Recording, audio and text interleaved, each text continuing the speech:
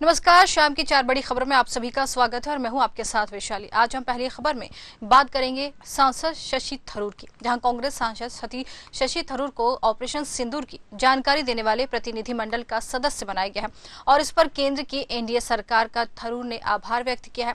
वहीं दूसरी खबर पाकिस्तान को लेकर है, जहां पाकिस्तान का सपोर्ट करने के कारण तुर्की में भारत में बॉयकॉट हो रहा है। न केवल ट्रेवल कैंसिलेशन बढ़े हैं, बल्कि सेब और मार्बल सहित तुर्की से इंपोर्ट किए जाने वाले हर सामान का बाइकआउट किया जा रहा है। आज की तीसरी खबर मध्य प्रदेश से है, जहां मध्य प्रदेश में भाजपा में जिम्मेदार पदों पर बैठे लोगों के विवादास्पद बयानों के बाद भाजपा ने बड़ा फैसला लिया है, जिसमें अब मंत्रियों, विधायकों, उच्च पदों पर बैठे नेताओं की स्पीकिंग क्लास लगाई जाएगी। और चौथी और आखिरी खबर में हम बात करेंगे छत्तीसगढ़ की, जहां छत्तीसगढ़ में शराब घोटाले केस में शनिवार की सुबह एसीबी ईओडब्ल्यू की टीमों ने सुकमा, जगदलपुर, दंतेवाड़ा, अंबिकापुर और रायपुर में एक साथ छापेमारी की है। 5 जिलों के करीब 15 से ज्यादा ठिकानों पर यह कार्रवाई की है। तो आइए शुरू करते हैं 4 बड़ी खबरें।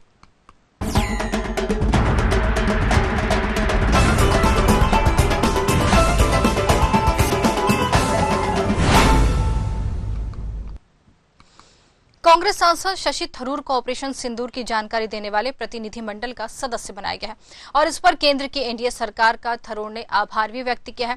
कांग्रेस सांसद ने इस निमंत्रण को अपने लिए सम्मानजनक बताया और कहा कि राष्ट्रीय हित में वे हमेशा तत्पर रहेंगे। कांग्रेस सांसद शशि थरूर ने कहा कि अपने देश के लिए काम करने और अपनी सेवाएं देने में वे कभी भी पीछे नहीं हटेंगे। दरअसल भारत की ओर से ऑपरेशन सिंदूर के बाद की स्थिति पर अपना पक्ष रखने की तैयारियां तेज कर दी गई हैं और इसके लिए भारत की ओर से भारतीय नेताओं को एक प्रतिनिधिमंडल विभिन्न देशों में भेजा जाएगा और इस प्रतिनिधिमंडल में सत्ता पक्ष ही नहीं और विपक्ष के भी सदस्य शामिल होंगे। ये पक्ष विपक्ष के नेता भारत और पाकिस्तान के बीच हाल ही में हुए तनाव पर भारत का दृष्टिकोण पेश करेंगे और इस बीच ऑल पार्टी डेलीगेशन को लेकर बीजेपी और कांग्रेस दोनों के बीच सियासी तनातनी की संभावनाएं भी बढ़ गई हैं। बता दें कि कांग्रेस की ओर से केंद्र सरकार को ऑल पार्टी डेलीगेशन के तहत अपनी ओर से 4 नाम सुझाए गए थे। उनमें से केंद्र सरकार की सूची में एक भी नाम शामिल नहीं है।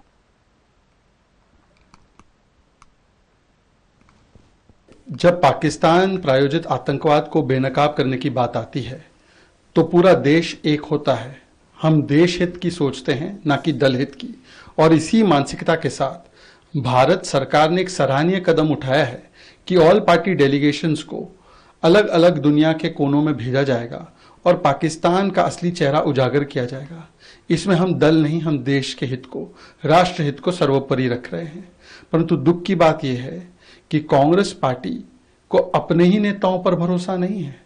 जो डॉक्टर शशि थरूर लगातार पाकिस्तान के नैरेटिव को ध्वस्त कर रहे हैं, भारत प्रथम का परिचय दे रहे हैं, कांग्रेस ने देश फर्स्ट के बदले दरबारी फर्स्ट कर दिया और ऐसे नाम दिए जिस पर अब कई सारे संदेह भी पैदा होते नजर आ रहे हैं। कोई ऐसे नाम भी है जिनके चुनाव के समय पाकिस्तान जिंदाबाद के नारे लगे।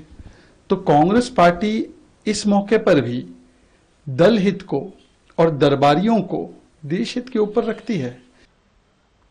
तो आपको बता दें कि जिस तरीके से एक डेलीगेशन को ये जिम्मेदारी सौंपी गई है कि वो जाकर जो ऑपरेशन सिंदूर हुआ इसके बारे में लोगों को जानकारी दें, अपना पक्ष रखें, और लेकिन इसको लेकर अब यहाँ पर जिस तरीके से शशि थरूर का नाम इसमें शामिल किया गया है और उसको लेकर शशि थरूर हालांकि खुश नजर आ रहे हैं। उन्होंने सरकार का आभार भी जताया है कि उनको इस डेलीगेशन में शामिल किया गया, लेकिन इससे अलग कांग्रेस पार्टी इससे खुश नजर नहीं आ रही। कांग्रेस पार्टी साफ तौर पर कहती है कि ये नाम उन्होंने नहीं सुझाए थे। तो क्या अब जानकारी ये सामने आ रही है कि जिस तरीके से शशि थरूर का नाम सामने आने के बाद सियासी हलचल एक तरफ से मची हुई है, इससे कांग्रेस नेता राहुल गांधी और मल्लिकार्जुन खड़गे नाखुश नजर आ रहे हैं। तनातनी की बात निकलकर सामने आ रही है कि क्या कांग्रेस के नेताओं के बीच तनातनी है।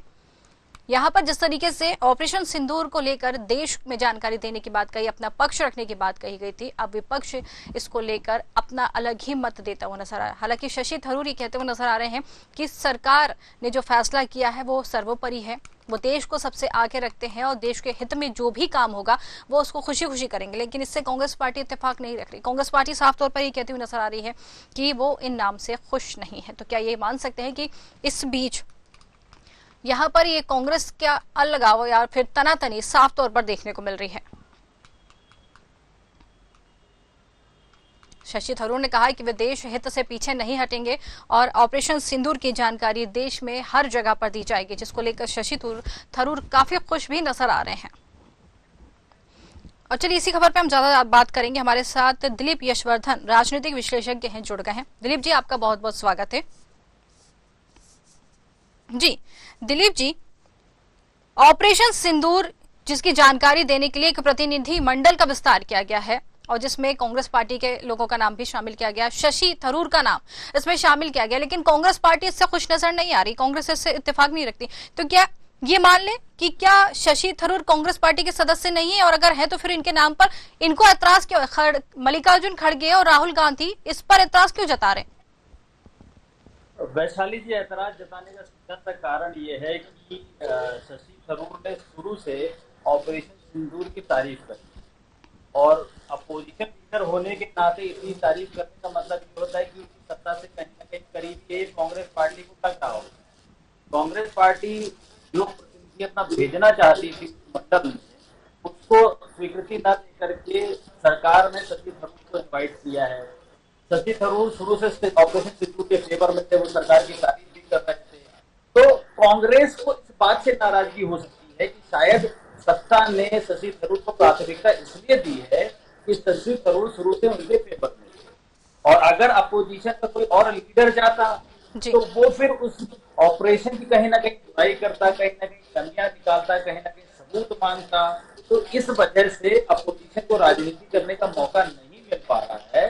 शायद यही कारण है कि वो इस बात के लिए तैयार नहीं हो रहे हैं, इस बात को एक्सेप्ट नहीं कर पा रहे हैं। लेकिन जिस तरीके से ये क्या बोल सकते हैं कि कांग्रेस को अपनी ही पार्टी के लोगों पे भरोसा नहीं है, जिस तरीके से शशि थरूर भी कहते हुए नजर आ रहे हैं कि जो फैसला लिया गया, सरकार ने उनको डेलीगेशन में शामिल किया है, वो अपनी राय भी जनता के सामने रखेंगे, और जब पूरा देश एक साथ खड़ा हुआ है तब कांग्रेस अपनी अलग यहाँ पर राय रख रही है। कांग्रेस ये कह रही है कि ये नाम उन्होंने नहीं भेजा था, शशि थरूर का नाम उनको समझ में नहीं आया है, उन्होंने जो 4 नाम दिए थे वो इसमें शामिल नहीं किए गए हैं।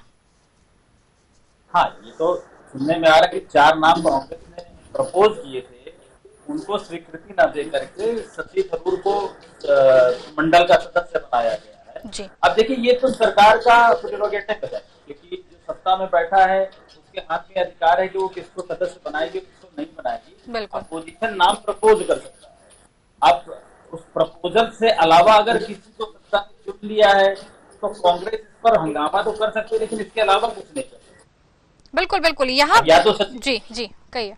या तो शशि थरूर अपनी तरफ से मना कर दें कि वो इस डेलीगेशन का हिस्सा नहीं बनेंगे, जिनका नाम कांग्रेस ने प्रपोज किया उनको इस डेलीगेशन का हिस्सा बनाया जाए, तब तो ये बात मानी जा सकती है। अदरवाइज जो फाइनल सत्ता कर देगी वो माना जाएगा। बिल्कुल, लेकिन जैसे दिलीप जी आपने भी कहा और ये जानकारी है कि जिस तरीके से शशि थरूर कई जगहों पर तारीफ करते हैं, प्रधानमंत्री मोदी की तारीफ करते हैं, उनके ऊपर बात भी करते हैं, और अब जिस तरीके से इनको प्रतिनिधि मंडल में शामिल किया गया है, तो क्या यहाँ पर ये कह सकते हैं बीजेपी ने इनका नाम आगे लाकर एक मास्टर स्ट्रोक यहाँ पर खेला है?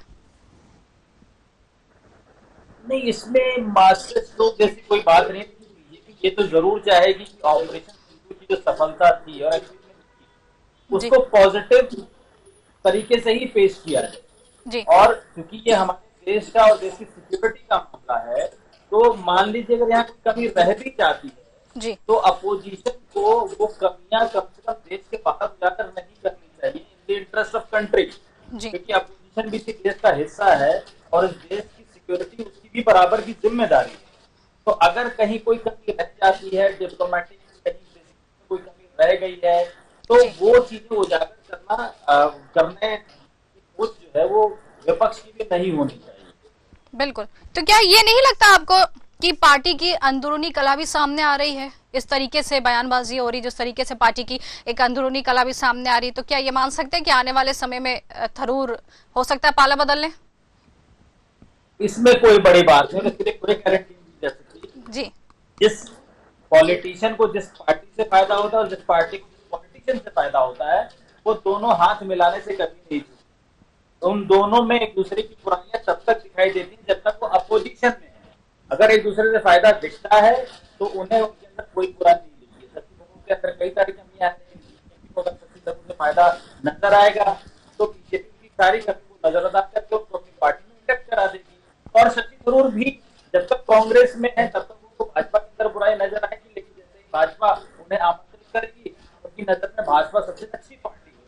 बिल्कुल तो ये तो राजनीतिक प्रक्रिया है, पहली बार ऐसा नहीं होगा। अगर ऐसा होता है तो बिल्कुल, अगर ऐसा होता है तो ये पहली बार नहीं होगा। लेकिन जिस तरीके से अब राहुल गांधी और कह सकते हैं मल्लिकार्जुन खड़गे पूरी तरीके से नाखुश नजर आ रहे हैं शशि थरूर के नाम को लेकर, जिस तरीके से बयानबाजी चल रही, तो कह सकते हैं कहीं ना कहीं पार्टी की अंदरूनी कला भी सामने आ गई। फिलहाल हमसे बातचीत करने के लिए दिलीप जी आपका बहुत बहुत धन्यवाद।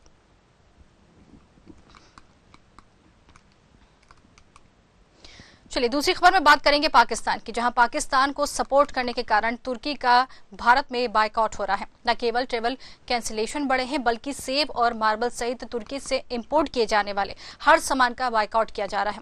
16 मई को confederation of all India traders ने तुर्की और अजरबैजान के साथ व्यापार खत्म करने की घोषणा कर दी है।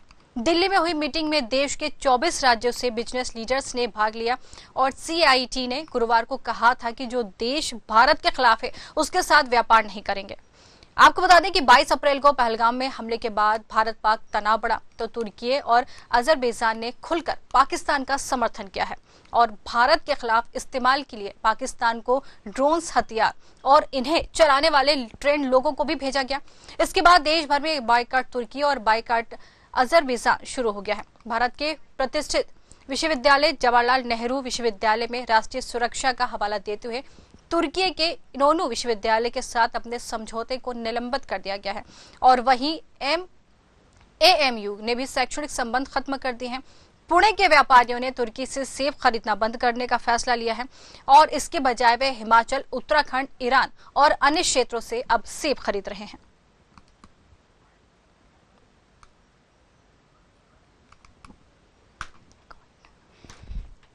देश की जनता का एक भावुक निर्णय है और मैं देश की जनता के समक्ष नतमस्तक होता हूं, क्योंकि जिन शक्तियों ने ऐसे आतंकवाद का साथ दिया हो और इस युद्ध में पाकिस्तान का साथ दिया हो, राष्ट्र भावना अर्पित हुई है, जागरूक हुई है और स्वेच्छा से देश के नागरिकों ने ये निर्णय लिया है और देश के नागरिकों को मैं प्रणाम करता हूं कि राष्ट्र सर्वप्रिय है और राष्ट्र हित में और राष्ट्र की सुरक्षा में कोई भी समझौता ना कोई नागरिक करेगा और ना देश की जनता करेगी।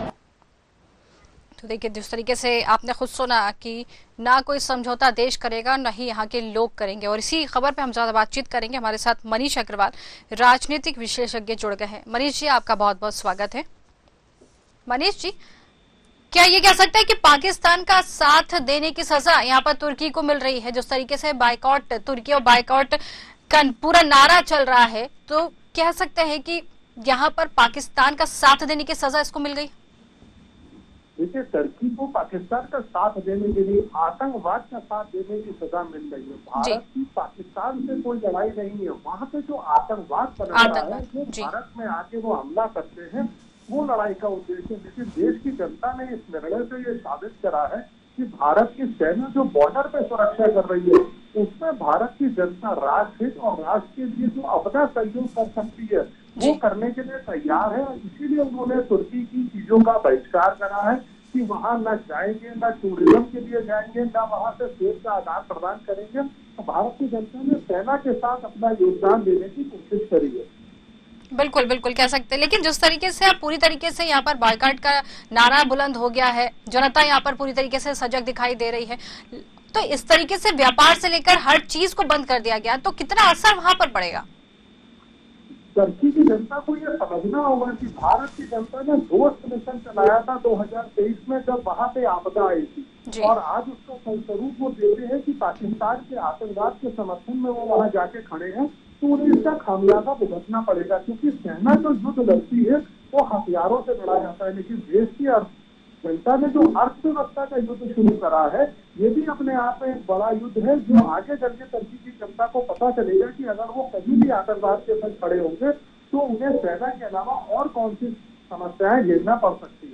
बिल्कुल बिल्कुल मनीष जी, लेकिन जिस तरीके से 2003 के बाद से बीजेपी एक बड़ी पार्टी बनकर उभरी है और यहाँ पर जब तुर्की में एक आपदा आई थी, बड़ा भूकंप आया था, तब सबसे पहले भारत की तरफ से सहायता भेजी गई थी। भारत की तरफ से वो पहला विमान था जो सहायता लेकर पहुंचा था। लेकिन इससे उलट अब तुर्की ने ना, ये कह सकते हैं कि एक ऐसा मिसाल यहाँ पर दी है कि आपने हमारी मदद करी लेकिन हम आपका साथ नहीं दे रहे, हम आतंकवाद का साथ दे रहे हैं। आप बिल्कुल सही कह रही है। भारत में जब से नरेंद्र मोदी जी के नेतृत्व में 2014 से सरकार बनी है, उन्होंने अपने पड़ोसी देशों की तरफ हर समय मिलने के लिए हाथ बढ़ाया है, हर संभव कोशिश करी है कि दुनिया में भारत की ग्लोबल पोजीशनिंग जो है वो अच्छी हो। लेकिन जिन देशों ने भारत के प्रति नकारात्मक रवैया अपनाया है, आज भारत सक्षम है उन्हें अपना जवाब देने के लिए और हर तरीके से तैयार है इन परिस्थितियों से लड़ने के लिए जो भारत ने समय समय पर साबित करा है। चाहे वो चीन का विरोध हो, चाहे पाकिस्तान का विरोध हो, चाहे टर्की का विरोध हो, चाहे S-400 खरीदते समय अमेरिका का विरोध हो, चाहे टैरिफ वॉर जब अमेरिका ने शुरू करा था उसमें भारत ने अपनी ग्लोबल पोजीशनिंग जो रखी। आज भारत जो है पेट्रोल यूरोपीय देशों को बेच रहा है रशिया की सहायता से, जबकि भारत सबसे बड़ा इंपोर्टर है पेट्रोल का। तो प्रधानमंत्री मोदी जी के नेतृत्व में भारत ने निम्न विदेश नीतियों में नए नए आयात स्थापित करे और आज भारत दुनिया से कंट्रोल नहीं होता, भारत दुनिया को कंट्रोल करने में सक्षम है। बिल्कुल बिल्कुल। लेकिन जिस तरीके से ये बाइकॉट का जो नारा बुलंद हुआ है और जिस तरीके से व्यापारी से लेकर हर वर्ग यहाँ पर यही कह रहा है कि बाइकॉट किया जाएगा, क्योंकि जिस तरीके से यहाँ पर साथ देने की सजा, ये कह सकते हैं कि आतंकवाद का साथ देने की सजा तुर्की और अजरबैजान को मिली है। फिलहाल बहुत बहुत धन्यवाद हमसे जुड़ने के लिए और आपका बातचीत करने के लिए मनीष जी।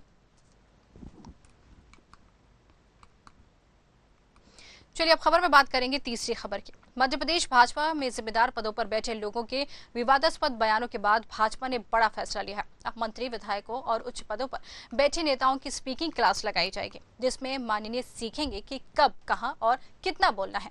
ऑपरेशन सिंदूर की आइकॉन कर्नल सोफिया कुरैशी को आतंकवादियों की बहन बताने वाले एमपी के मंत्री कुंवर विजय शाह के चलते बीजेपी हाशिए पर आ गई है। भाजपा ने सख्त कदम उठाने का निर्णय लिया है। पार्टी अब अपने मंत्री, विधायकों को बीजेपी ट्रेनिंग देगी, जिसमें वे सीख सकेंगे कि उन्हें कब, कितना और क्या बोलना चाहिए। हालांकि 2003 में ही एमपी में बीजेपी सत्ता में आई है, बावजूद इसके पार्टी को अपने विधायक और सांसदों को कब, कितना और कितना बोलना है, इसकी ट्रेनिंग देनी पड़ रही है।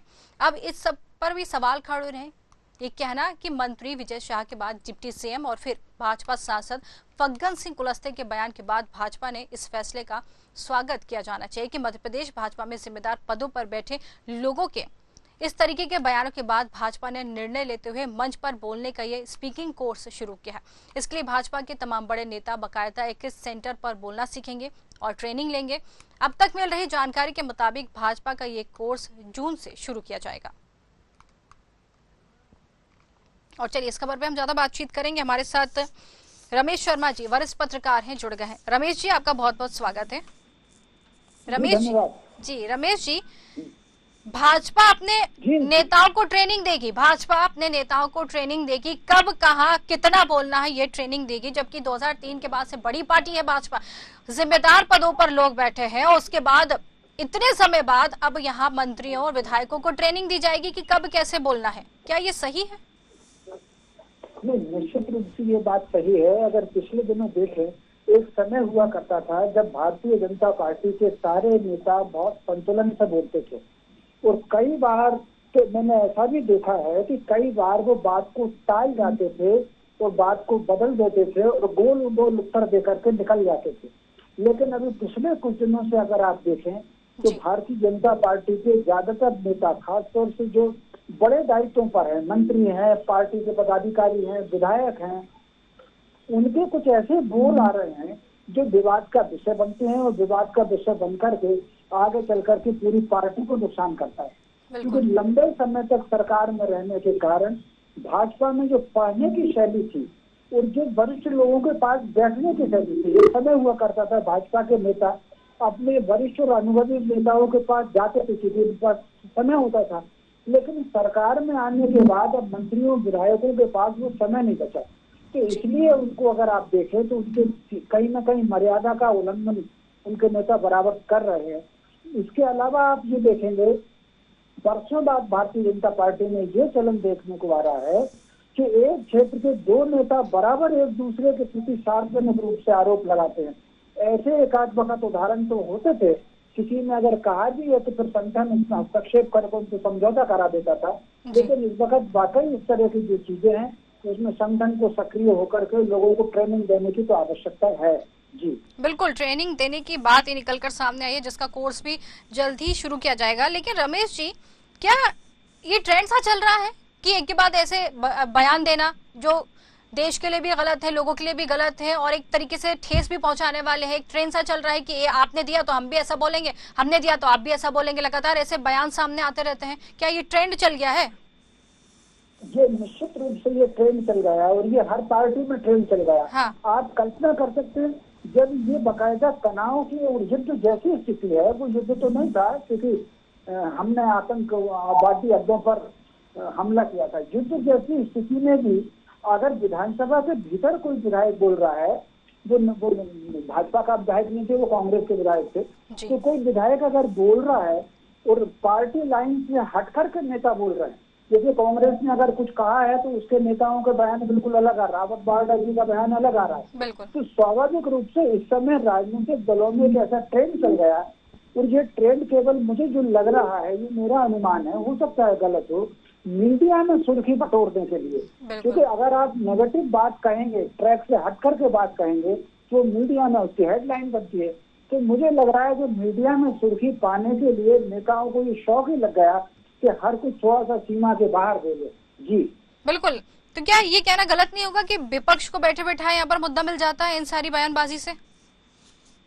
देखिए, मुद्दा तो फिर सबको मिलता है। विपक्ष कांग्रेस का कोई नेता कहता है उसका मुद्दा भाजपा को मिलेगा, भाजपा का कोई नेता कहता है तो मुद्दा उसका कांग्रेस को मिलेगा। ये इस समय एक और बात जो राजनीति में परिवर्तन देख रहा हूँ कि एक तो अमर्यादित और बोल है ही, और किसी एक ने अगर बोल दिया तो दूसरा उसका सब काम छोड़कर सबसे पहले लपक करके उठाना और उस पर रिएक्शन देना, ये भी एक बड़ा फैशन आ गया है। तो कुल मिलाकर के जिसने नकारात्मक बोला है, नेगेटिव बोला है, उसको सुर्खी मिल रही है और उस पर रिएक्शन देंगे तो दूसरे को सुर्खी मिल रही है।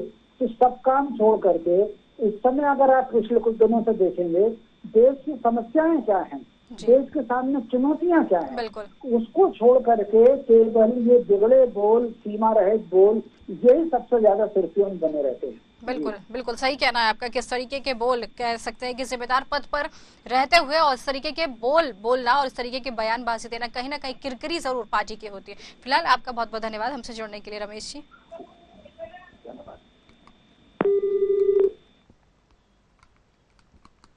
और चलिए अब रुक करेंगे चौथी और आखिरी खबर की तरफ, जहां छत्तीसगढ़ में शराब घोटाले केस में शनिवार सुबह एसीबी ईओडब्ल्यू की टीमों ने सुकमा, जगदलपुर, दंतेवाड़ा, अंबिकापुर और रायपुर में एक साथ छापेमारी की। 5 जिलों के करीब 15 से ज्यादा ठिकानों पर कार्रवाई चल रही है।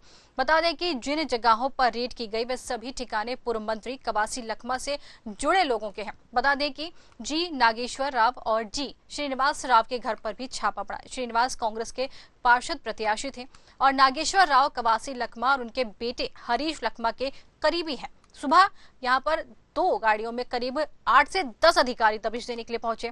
इसके साथ ही संतोषी नगर स्थित कमलेश नाहटा के घर पर भी छापा पड़ा है। साथ ही ईओडब्ल्यू और एसीबी की टीम दस्तावेज खंगाल रही है। और अगर हम बात करें कि वहीं ईओडब्ल्यू की छापेमारी को लेकर सीएम विष्णुदेव साय ने यह कहा है कि कार्रवाई लगातार जारी रहेगी। शिकायतें मिलने के बाद केंद्रीय और राज्य की एजेंसियां जांच कर रही हैं और जो भी दोषी इसमें पाया जाएगा उसको सजा जरूर दी जाएगी। और चलिए इस खबर पे हम ज्यादा जानकारी लेंगे। हमारे साथ आर.के. शुक्ला वरिष्ठ पत्रकार जुड़ गए हैं। शुक्ला जी, आपका बहुत बहुत स्वागत है। शुक्ला जी, जिस तरीके से यहाँ पर शराब घोटाले मामले में कवासी लखमा की मुश्किलें ये नहीं कह सकते कि बढ़ती हुई नजर आ रही हैं, जिस तरीके से छापेमारी लगातार बढ़ रही है, तो ये कहना गलत नहीं होगा कि उनकी मुश्किलें लगातार और बढ़ती हुई नजर आ रही हैं? देखिए, जो भी संबंधित एजेंसियां हैं वो अपना काम कर रही हैं जी। अभी कार्रवाई चल रही है।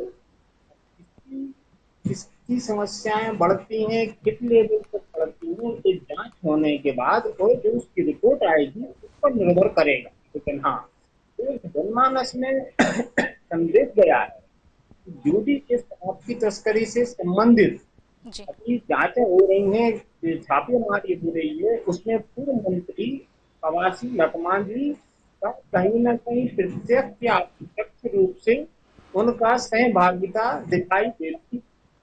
बिल्कुल सहभागिता जरूर दिखाई देती है, लेकिन जिस तरीके से यहाँ पर 5 जगहों पर टीम ने छापेमारी की है, लगातार कार्रवाई के दौरान दस्तावेज भी खंगाले जा रहे हैं, उनके बेटे से जुड़े होने के संबंध भी सामने आए कि इनके करीबी है जिनके घर ये छापेमारी की गई है, तो ये मान सकते हैं कि कहीं ना कहीं संलिप्तता तो जरूर दिखाई दे रही होगी क्योंकि उनके करीबी रह चुके हैं।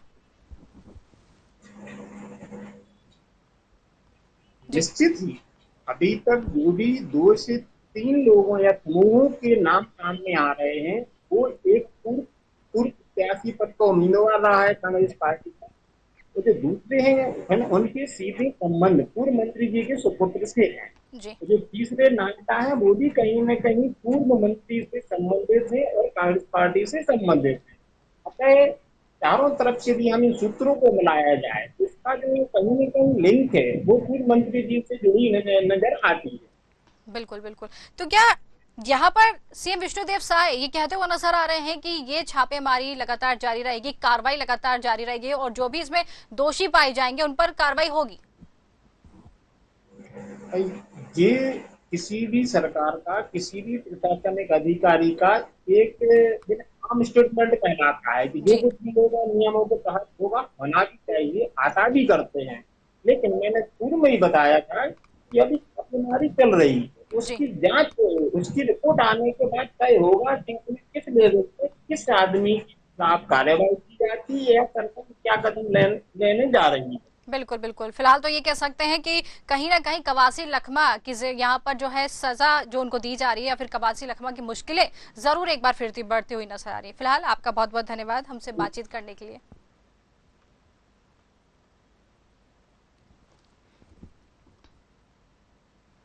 तो इसी खबर के साथ 4 बड़ी खबरों में फिलहाल के लिए इतना ही। नमस्कार।